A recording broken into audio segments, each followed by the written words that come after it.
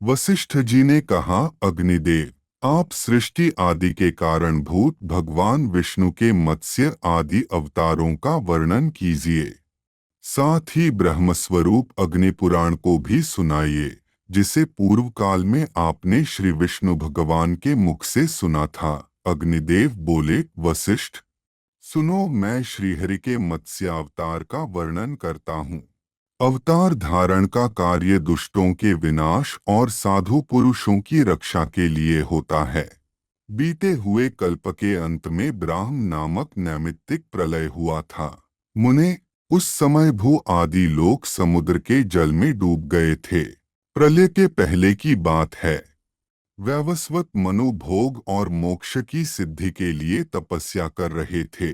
एक दिन जब वे कृतमाला नदी में जल से पितरों का तर्पण कर रहे थे, उनकी अंजलि के जल में एक बहुत छोटा सा मत्स्य आ गया।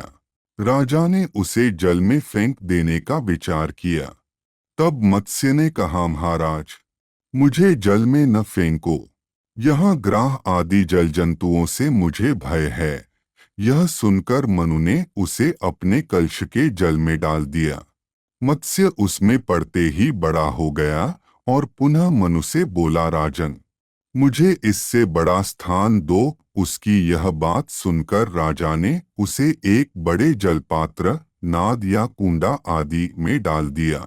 उसमें भी बड़ा होकर मत्स्य राजा से बोला, मनु, मुझे कोई विस्तृत स्थान दो। तब उन्होंने पुनः उसे सरोवर के जल में डाला, किंतु वहां भी बढ़कर वह सरोवर के बराबर हो गया और बोला, मुझे इससे बड़ा स्थान दो। तब मनु ने उसे फिर समुद्र में ही ले जाकर डाल दिया।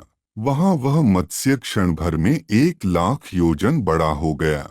उस अद्भुत मत्स्य को देखकर मनु को बड़ा विस्मय हुआ। वे बोले, आप कौन हैं? निश्चय ही आप भगवान श्री विष्णु जान पड़ते हैं। नारायण, आपको नमस्कार हैं। जनार्दन, आप किस लिए अपनी माया से मुझे मोहित कर रहे हैं? मनु के ऐसा कहने पर सबके पालन में संलग्न रहने वाले मत्स्य रूपधारी भगवान उनसे बोले, राजन, मैं दुष्टों का नाश और जगत की रक्षा करने के लिए अवतीर्ण हुआ हूँ। आज से 7वें दिन समुद्र संपूर्ण जगत को डुबा देगा। उस समय तुम्हारे पास एक नौका उपस्थित होगी। तुम उस पर सब प्रकार के बीज आदि रखकर बैठ जाना। सप्तर्षि भी तुम्हारे साथ रहेंगे। जब तक ब्रह्मा की रात रहेगी, तब तक तुम उसी नाव पर विचरते रहोगे। नाव आने के बाद मैं भी इसी करूप में उपस्थित होऊंगा। उस समय तुम मेरे ने सौंग में महासर्प में रस्सी से उस नाव को बांध कर देना। ऐसा कहकर भगवान मत्स्य अंतर्धान हो गए और वैवस्वत मनु उनके बताए हुए समय की प्रतीक्षा करते हुए वहीं रहने लगे। जब नियत समय पर समुद्र अपनी सीमा लांघकर बढ़ने लगा, तब वे पूर्वोक्त नौका पर बैठ गए। उसी समय एक सींग धारण करने वाले सुवर्णमय मत्स्य भगवान का प्रादुर्भाव हुआ। उनका विशाल शरीर 10,00,000 योजन लंबा था। उनके सींग में नाव बांधकर राजा ने उनसे मत्स्य नामक पुराण का श्रवण किया, जो सब पापों का नाश करने वाला है। मनु भगवान मत्स्य की नाना प्रकार के स्तोत्रों द्वारा स्तुति भी करते थे। प्रलय के अंत में ब्रह्मा जी से वेद को हर लेने वाले हयग्रीव नामक दानव का वध करके भगवान ने वेद मंत्र आदि की रक्षा की।